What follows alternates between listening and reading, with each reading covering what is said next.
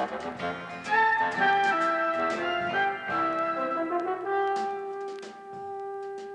Youth Emergency Service, an area hotline that provides telephone counseling for youth in trouble, will be the topic today on Tempo 71. Carol Presley and her guests will explore this important community service.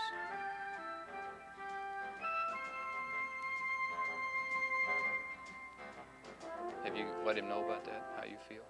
Yeah, I've told him before that he's going to get too far gone into him, and pretty soon he ain't going to know where he's at or what's his name or nothing.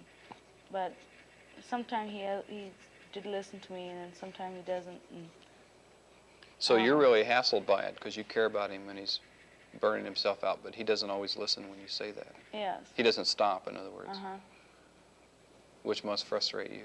Mm-hmm. What would you like to see happen? Would you like to see him clean? Not really clean, because he really enjoys it a lot. And then, he'd really be down, if he quit.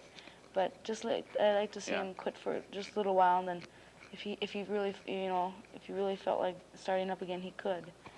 But Just kind of take a break to get his head together is what you'd like to see happen. yeah.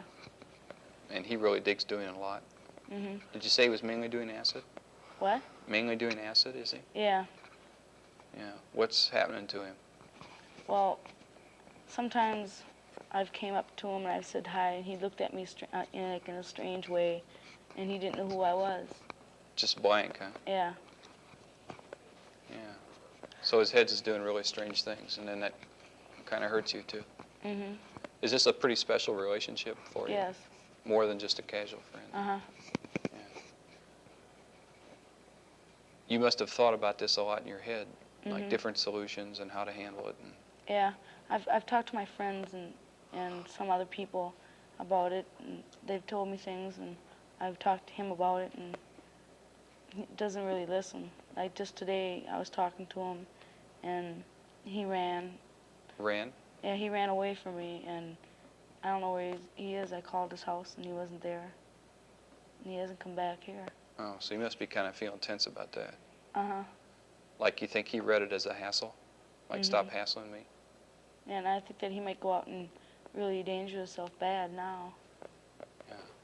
And what you're trying to do, if I hear you correctly, is just to say, hey, I care about you, and I wish you'd cool it a little bit. Mhm. And he hears that as like, get off my back, maybe. Yeah. Yeah, that's really a weird place to be. I know, like, I really dig what you're saying about confronting him, just telling him what you're feeling, but I know that's a heavy thing to do.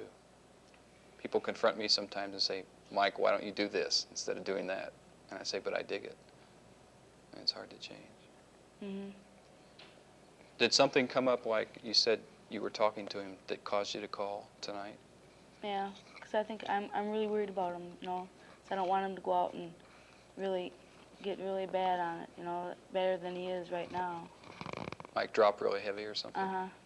Because his head's in a bad place. Yeah. I'm really feeling kind of frustrated too, because I don't have any easy answers, and you probably struggled with it for so long that you suspect there aren't any either. Mhm.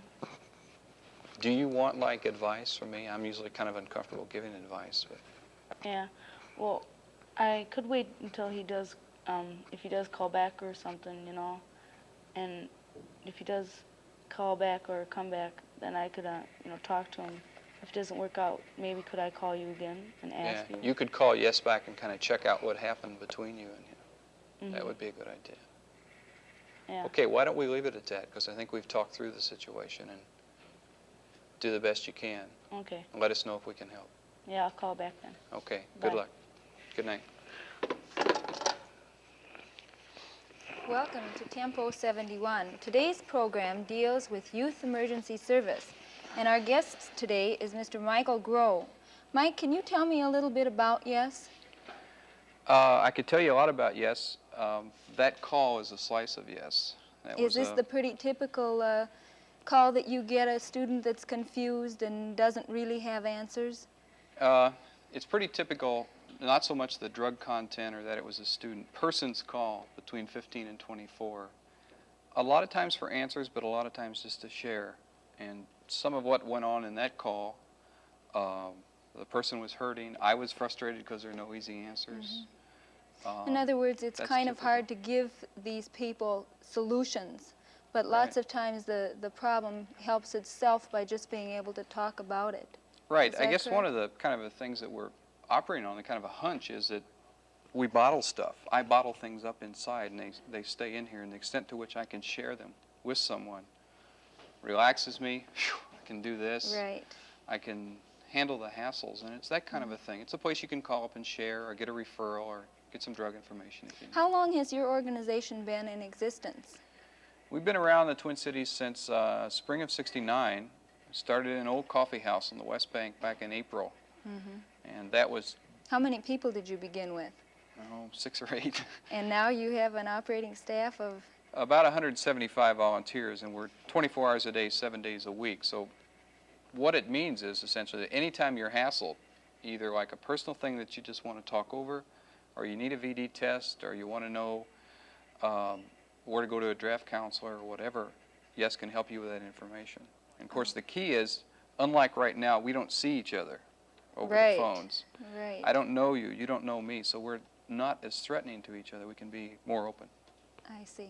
Well, we have some students here today from Hazel Park Junior High School, and I think they probably have some questions for you.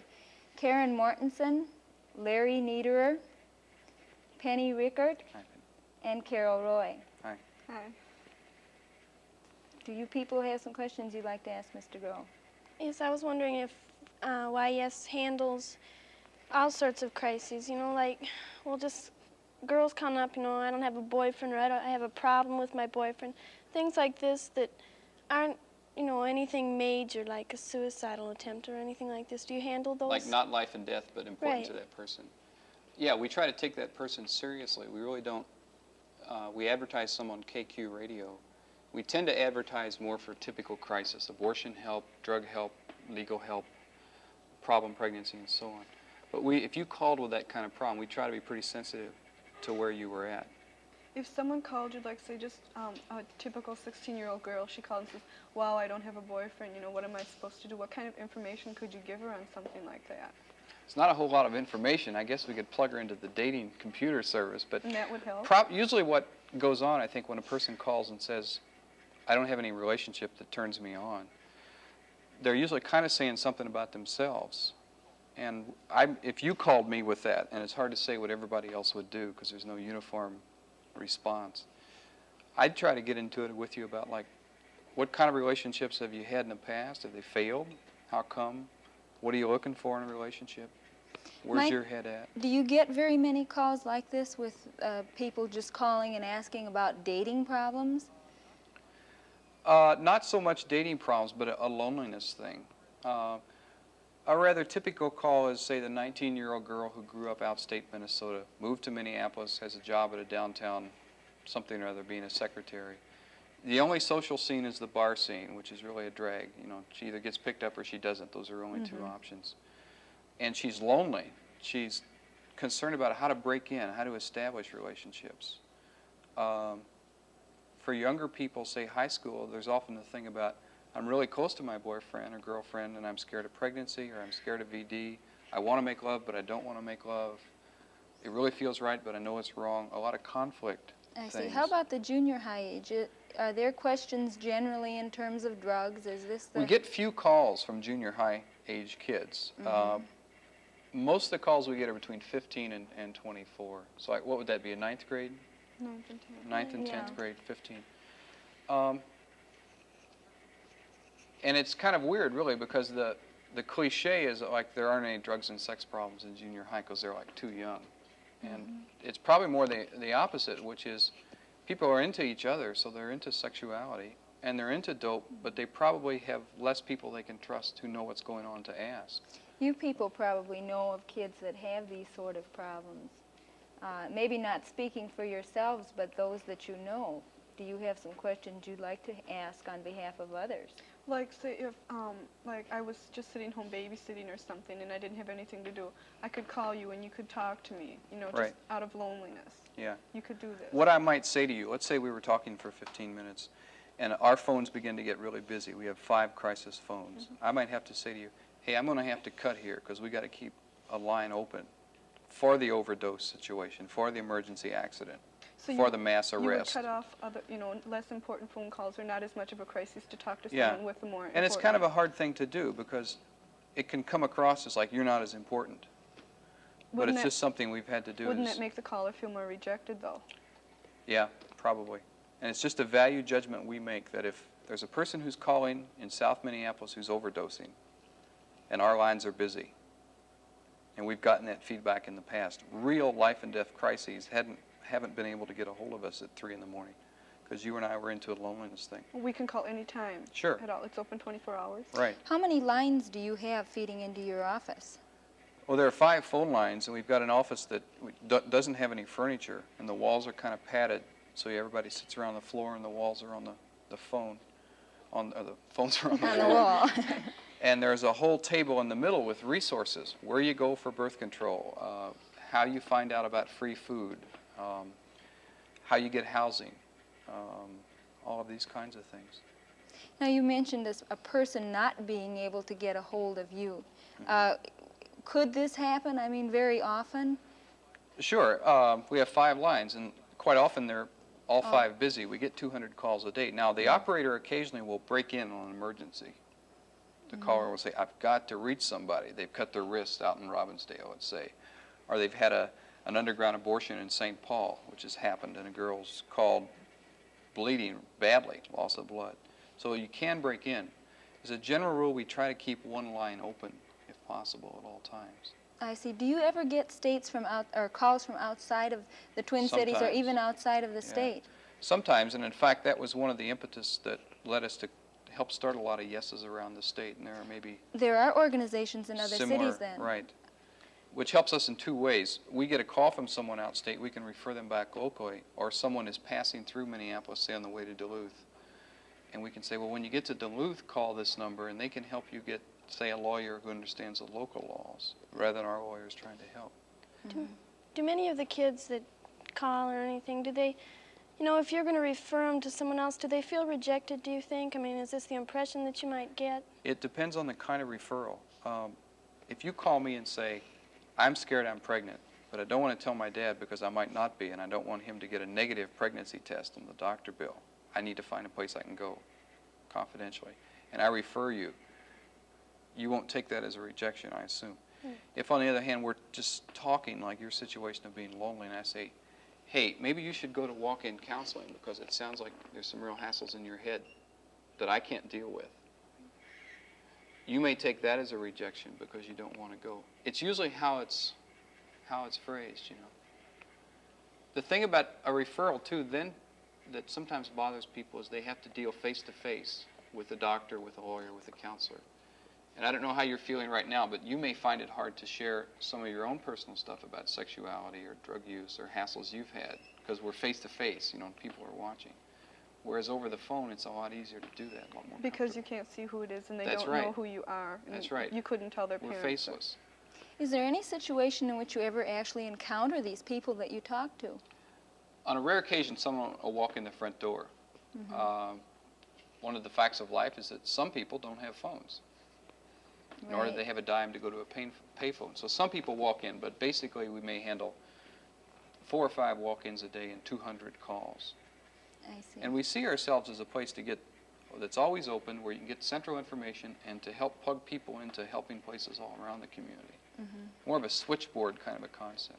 What happens when somebody calls in and says they're on a bad trip or something? Do you refer them to a hospital or No, something like no that? way. If somebody's tripping and they call, usually it's just a matter of getting into where their head's at, what kind of music do they have on, what's happening to them. It's just a kind of a mellow conversation. If you've ever done acid, you know that kind of lonely, cut-off feeling you can get. You can get a little paranoid. Just kind of plugging into somebody, kind of a trivial conversation is usually enough. What would you do in the case of an overdose? Well, we try to ascertain how serious it was. If you called and said, I just took 10 aspirins, okay, you don't have a crisis situation, I would gather. If you said you took 20 aspirins, I'd say, hey, hang on a second, I got to call down to General Hospital on another line and see what kind of danger you're in. I call down there and say, I'd like to speak to a doctor. I've got a guy on the line. He took 10 aspirins or 20 aspirins, and he's feeling kind of woozy. That doctor may say, have him come in right now. Or he may say, have him eat a raw egg and throw up. Or have him take a walk. Then I would try to like relay what the doctor said to you, so that I'm not making medical kinds of judgments about what you should do. But what would happen, like if like he dropped too much and he really needed hospital help? Would you like send an ambulance out for him or something? I would ask you what you wanted to do if it was your situation. Do you want to go to the hospital? Can you drive? Do you have a friend who can drive? If you couldn't, I'd hesitate on sending an ambulance because the flashing red light and the police car that accompanies it could really freak you. We have a group of younger clergymen who are on call late at night, from 8 at night till 5 in the morning, who can go out, pick people up, talk with them, go to Embers for coffee. We might utilize somebody like that who'd come in very mellow and quiet and say, hey, come on, let's go down. Do your volunteers ever leave the office then and No. go to individuals? No. Wonder if an individual actually asked, Oh, they do? and you do not send these people out? No. Why? Several reasons. One, we need them there to man the phones. So every time a person would leave, you in fact have one person less to answer the phone. The second thing is it's been our feeling that using volunteers, non-professional people, to do this kind of counseling, it's about all we can do to do it over the phone. It is much more difficult face-to-face to get involved. There's some risky situations, like I'm a guy on the phone and you're a lonely girl who's calling, and I meet you. We can get into boy-girl types of things, sex kinds of hassles, and so on. Dependency kind of things. So basically we use these clergymen who have professional training when we need to meet people, or referrals to people who can do it. Can you be any age to be a volunteer? Yeah, Any age at all? yeah. We have kind of a screening thing where we look for certain qualities in people, kind of a non-judgmentalness, non-moralism kind of thing. Openness to feelings, being willing to share your feelings with others and let others share theirs. Common sense kind of thing, mainly. Yeah, you're trying to get in, right?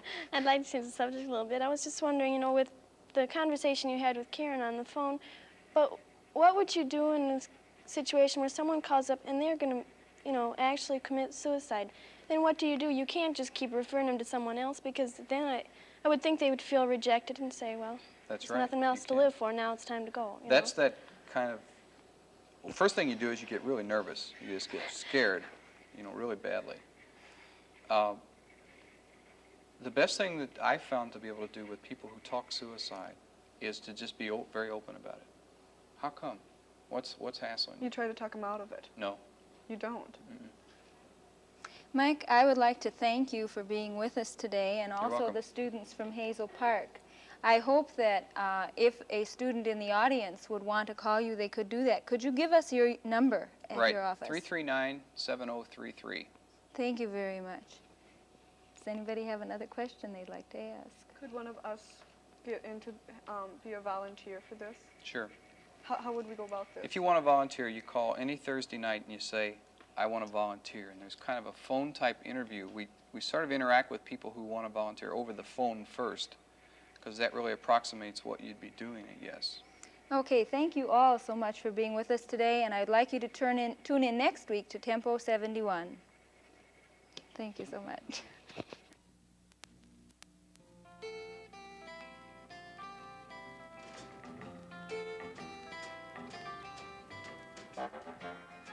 A special current events program will be presented next week on Tempo 71.